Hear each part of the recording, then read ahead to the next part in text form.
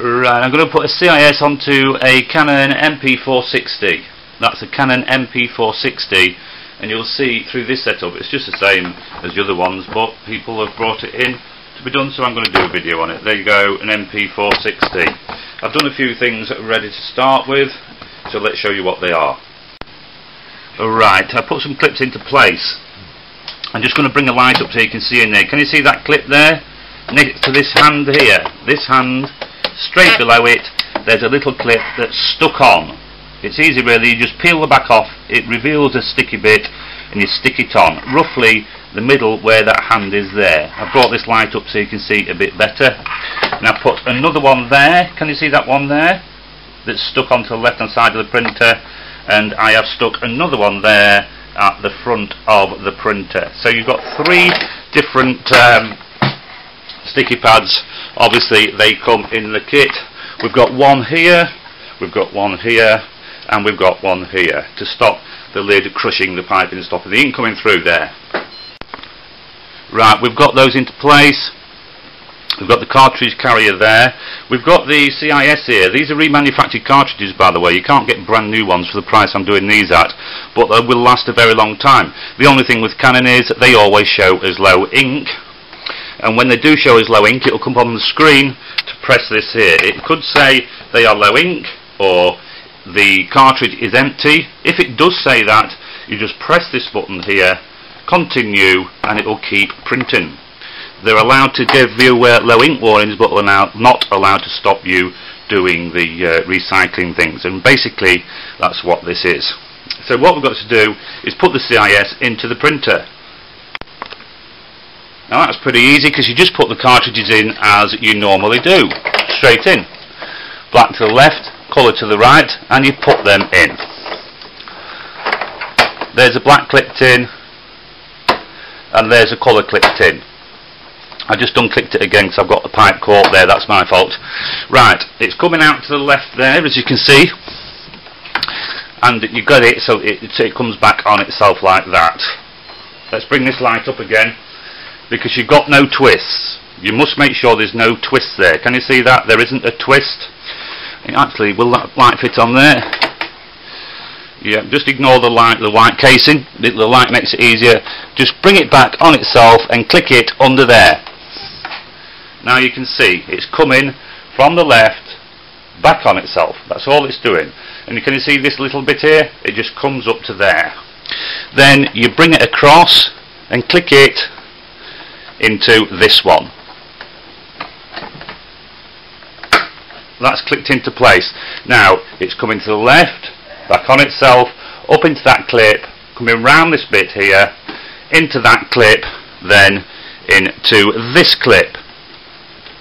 There you go. That's it into place. This clip here stops this lid from going down, crushing the pipes and stopping the ink from going through. So we'll move that light out of the way. You've got that. The CIS is set up. It really is as easy as that. You can see it's just the same as other printers. Let's see if now I'll switch the printer on and let it go through its setup procedure, because that takes a bit of time on the thing. I didn't want to waste time on the video. I've now just clicked OK on the printer, on the computer, sorry, ready for it to print, and it is now printing. The lid is down. You can do it with the lid open, but you'll have to go to the catch inside up here if you want to, but I can't imagine why you'd want the lid open. So I'm doing it with the lid closed so you can see that it does work perfectly okay. It's printing the test page, and I've got it on high quality at the moment so you can see that it does print good, bad or whatever. So it's coming on highest quality, so it will take a bit of time. While we're printing, what I'm going to do is give you a few tips. Right, here is a bottle. Ignore that one, that's to another printer. Here is a bottle. Now there's some little air filters that go in here. I always forget them. So little air filters just plug in there. You move this little bung and you put your big one in there. The phone's ringing in the background, just ignore that. Somebody will answer it in the other room. So always remember, remove the small bung, put the air filters in there, and these bottles must stay on the same level as a printer. Do not, and I'm repeating, do not have them higher. you will flood the printer. Another thing, all this ink on my hands, you will not get it from the CISS. The ink on my hands is from another source. We do remanufactured cartridges as well, and I've always got ink on my hands. The printer is still printing because we have got it on high quality, just to show that it's coming through, but it shouldn't be too long now. So don't forget, on this left hand side here, they must be the same level as the printer. If you look there on the table, don't admire, and put the little air filters in the top. They look like little flying saucers with a prong up and a prong down. They fit in that hole perfectly. And don't, I've just remembered something, don't let your ink run out completely. I sell it with a bit of ink in, but I include the bottles obviously, but it's only got that bit of ink in to prevent leakage. Fill it up to about there as soon as you get it, and never let it go below 1 centimetre, because it will start pulling air into the system.